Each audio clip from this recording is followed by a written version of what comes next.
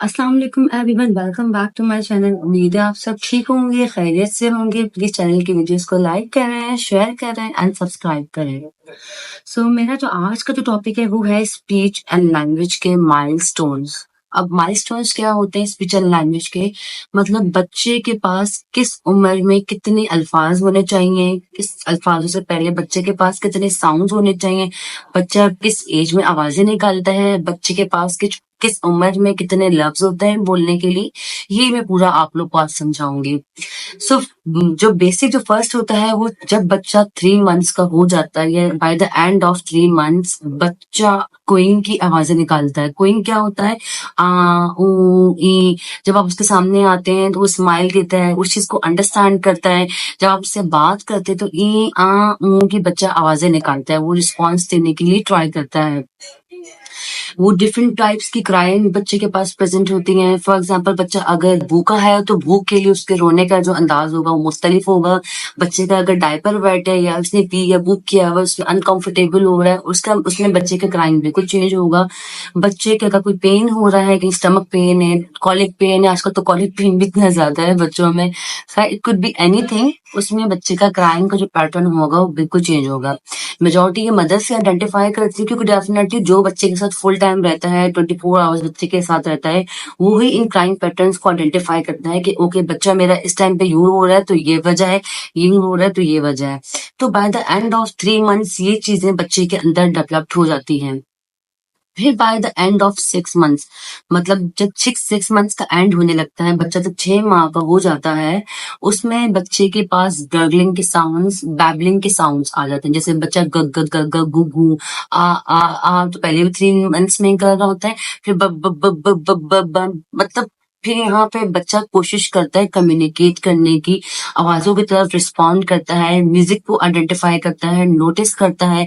For example, अगर हम बच्चे को कोई टॉय ऐसा दें जिसमें से आवाज आ रही है, म्यूजिक वाले टॉयज हैं, उसमें बच्चा नोट करता है, ध्यान देता है कि ओके यहाँ अगर मैं इस बटन को यूं कर रहा हूँ या यूं प्रेस कर रहा हूँ तो इसमें से कोई आवाज आ रही है। बच्चा इन चीजों को नोटिस करना स्टार्ट कर देता है।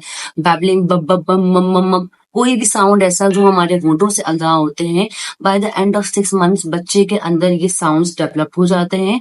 वो कोशिश करता है कम्युनिकेट करने की, वो जितनी भी सराउंडिंग्स में आवाजें हैं उनकी तरफ ध्यान देता है, वो पलटता है। फॉर एग्जाम्पल, अगर कोई डोर खोल रहा है या नॉक कर रहा है, तो जब कोई अगर जोर से, मतलब इतना नॉक कर रहा है कि बच्चे को आवाज आ रही है, तो आप नोट करेंगे जो 6 माह का बच्चा होगा वो पलटता है, वो देखता है कि आवाज कहाँ से आ रही है, किस तरह की आवाज है। वो उन हर अपनी सराउंडिंग जितनी भी नॉइजेज हैं या वॉइसेज हैं उन सब की तरफ उसका ध्यान होता है कि कहाँ से आवाजें आ रही हैं। इसी तरह जब बच्चा 12 मंथ का हो जाता है, मतलब जब बच्चा 1 साल का हो जाता है, उसमें बच्चे के पास डिफरेंट टाइप के साउंड्स आ जाते हैं। बच्चा आपके साउंड्स को कॉपी करने की भी कोशिश करता है। बच्चे के पास यहाँ कुछ फंक्शनल वर्ड्स आ जाते हैं। 0 to 5 वर्ड्स बच्चे के पास मौजूद होते हैं। फॉर एग्जाम्पल, अगर हम शू बोल रहे हैं तो बच्चे को पता है, वो बोल सकता है। It's just an example. Shoe का वैसे साउंड डिफिकल्ट होता है, कि जस्ट मैं एग्जाम्पल देने के लिए आप लोगों को समझा रही हूँ कि कोई भी वर्ड्स बच्चे के पास वहां मौजूद होते हैं। जब बच्चा 1 साल का हो जाता है, जैसे दादा, मामा, पापा, पापा, फिर वो मीनिंगफुल वहां वर्ड्स आ जाते हैं जब बच्चा 1 साल का हो जाता है। और बच्चे के अंदर command following, simple command follow आ जाती है। फॉर एग्जाम्पल, जब हम बच्चे को बोलते हैं इधर आओ, आ जाओ आ जाओ आ जाओ, हम लोग अपने हाथ यूं करते हैं, यहाँ बच्चे को बुलाते हैं, तो 1 साल का बच्चा इस चीज को अंडरस्टैंड करता है। और अगर बच्चा क्रॉलिंग पे हो या वॉकिंग पे हो, वो फिर उस तरफ मूव करने लगता है जहां आप उसको बुला रहे होते हैं। फिर आता है by the age of 18 months. फिर बच्चे के पास by the age of 18 months, फिर 18 माह का जो बच्चा होता है उसके पास जो जान पहचान के जो लोग होते हैं उसके नाम भी होते हैं। उसके पास कुछ ऑब्जेक्ट्स के नाम आ जाते हैं, चाहे उसमें एनिमल्स हो, जो उसकी टॉयज हो, उसके नाम उस बच्चे के पास आ जाते हैं। जो 18 माह का बच्चा है उसमें अपने आसपास के लोगों के वो नाम पहचानने लगता है। कोई बच्चे बोलने भी लगते हैं वहां पे, जिनकी अगर स्पीच जल्दी डेवलप्ड हो रही हो, बच्चे वहां बोलने भी लगते हैं। मतलब मैक्सिमम 10 वर्ड बच्चे के पास होने चाहिए जब बच्चा 18 माह का हो जाता है।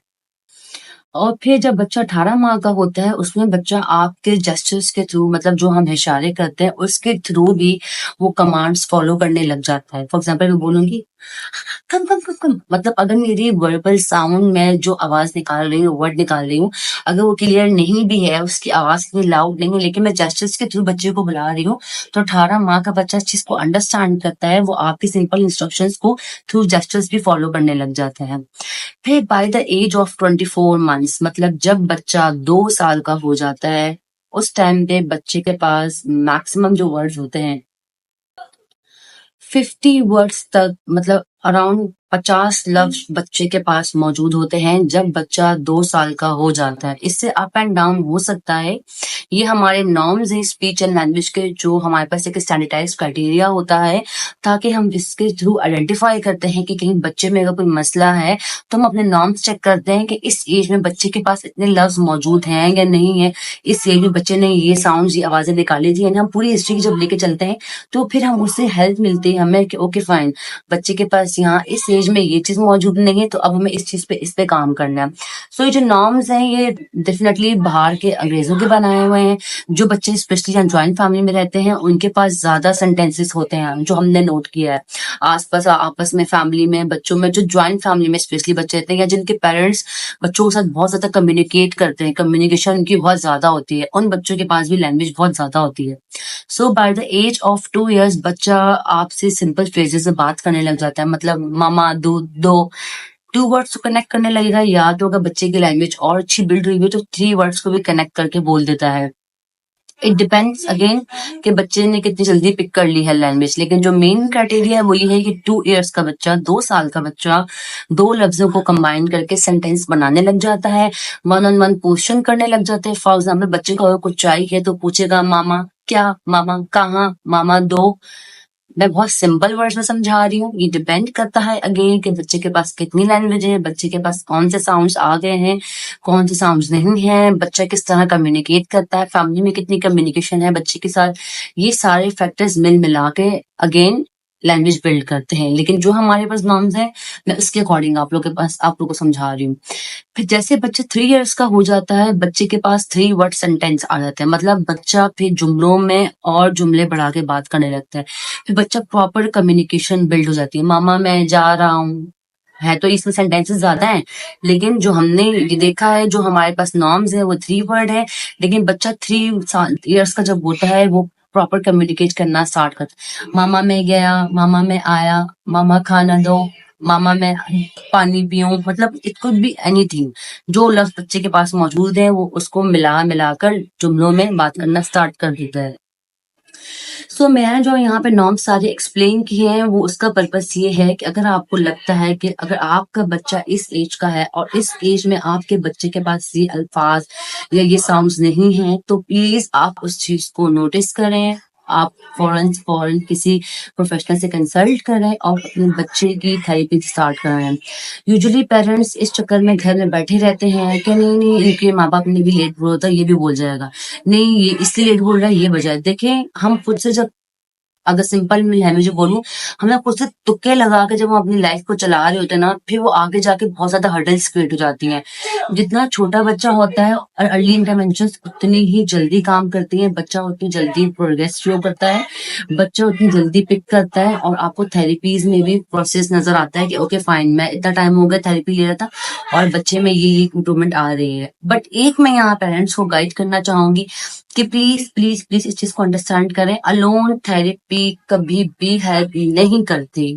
जब तक आप घर पे काम नहीं करेंगे अपने बच्चे के साथ, आप थेरेपीज अगर 1 घंटे 2 घंटे 3 घंटे भी लेकर आएंगे ना, घर पे आके उन चीजों का वर्क नहीं है, उन बच्चों को वो चीजें घर पे रिपीट नहीं करवाई जा रही, जनरलाइजेशन का कॉन्सेप्ट नहीं बिल्ड किया जा रहा। अब जनरलाइजेशन ये चीजें क्या होती हैं, मैं इसके लिए अलग से वीडियो बनाऊंगी आप लोगों को समझाने के लिए कि हम किस तरह पे थेरेपी करते हैं बच्चों के साथ। खैर, कम टू द पॉइंट, बच्चे के साथ जब तक आप घर पे काम नहीं करते, आप लोगों को इम्प्रूवमेंट नजर नहीं आएगी, चाहे आप एक्सपेंसिव से एक्सपेंसिव थेरेपीज ले लें। हर किसी का अपना एक चार्जिंग का पैटर्न है, चार्जेस हर किसी के अलग हैं। आप कराची में रहते हैं, आप किसी और शहर में रहते हैं, हर कोई अलग अलग चार्ज करता है। We can understand therapies expensive होती हैं इवन पेरेंट्स के लिए भी, और थेरेपिस्ट एफर्ट बहुत कर रहा होता है, एक मेहनत रिक्वायर्ड होती है। सो अगेन, पर्पस यहाँ आपको थेरेपी के पैसे गिनवाना नहीं है, ये है कि जब तक आप घर पे काम नहीं करेंगे आपको बच्चे में इम्प्रूवमेंट नजर नहीं आएगी। ये जो हम एंड में आके क्लेम करते हैं थेरेपिस्ट के पास जाकर ना, मेरा बच्चा आपके पास इतने टाइम से आ रहा है, आप तो इम्प्रूवमेंट कोई आ ही नहीं रही, आप क्या कर रही हैं? सो हमारा पहला जो क्वेश्चन होता है, हम ये पूछते हैं आपने घर पे कितना काम किया है। अगर मैं आपको होमवर्क तो घर के लिए दे रही थी, क्या आप उसको घर पे रिपीट करवा रहे थे? क्या आपने उन चीजों पे घर पे काम करने की कोशिश की है, या सिर्फ आप अलोन थेरेपीज पे रिलाय कर रहे हैं कि नहीं आप ही काम करें, आप ही करें? देखिए, हमारे पास जब बच्चा आता है ना, एक लिमिटेड टाइम के लिए आता है, हम उसमें जितना बेस्ट हम कर सकते हैं, हम बच्चे को वो कंसेप्ट ऐड कर देते हैं थ्रू प्ले या जो भी हमारी टेक्निक्स होती हैं, हम वो चीज वहाँ ऐड कर देते हैं। हम वो new information, new word, new language बच्चे के पास हम ऐड कर देते हैं उसकी मेमोरी में, बट उसकी प्रैक्टिस जब तक नहीं होगी घर में, आप यकीन करें किसी सूरत बच्चे में इम्प्रूवमेंट नहीं आती। वो हमारे पास थेरेपीज में तो बच्चा बोल रहा होता है, लेकिन वही बच्चा घर जाके नहीं बोल रहा होता। क्यों? क्योंकि वो वर्क, वो एफर्ट, वो थेरेपी के जो प्रोसेस है वो घर पे नहीं हो रहा होता। सो आई होप मेरी इन चीजों से आपको समझ आया हो, लैंग्वेज के माइलस्टोन्स क्या होते हैं, किस तरह होते हैं। और आप लोग को अगर इसके अलावा भी कोई हेल्प चाहिए हो कि आप लोग को मैं गाइड करूँ, प्लीज मुझे कमेंट सेक्शन में कमेंट करें। मैं इंशाल्लाह कोशिश करूंगी मैं हर टॉपिक को एक्सप्लेन करूँ वन बाय वन। मेरा आज का ये टॉपिक यहाँ एंड होता है। नेक्स्ट वीडियो तक के लिए नेक्स्ट टॉपिक के साथ में फिर हाजिर होंगी, तब तक के अल्लाह।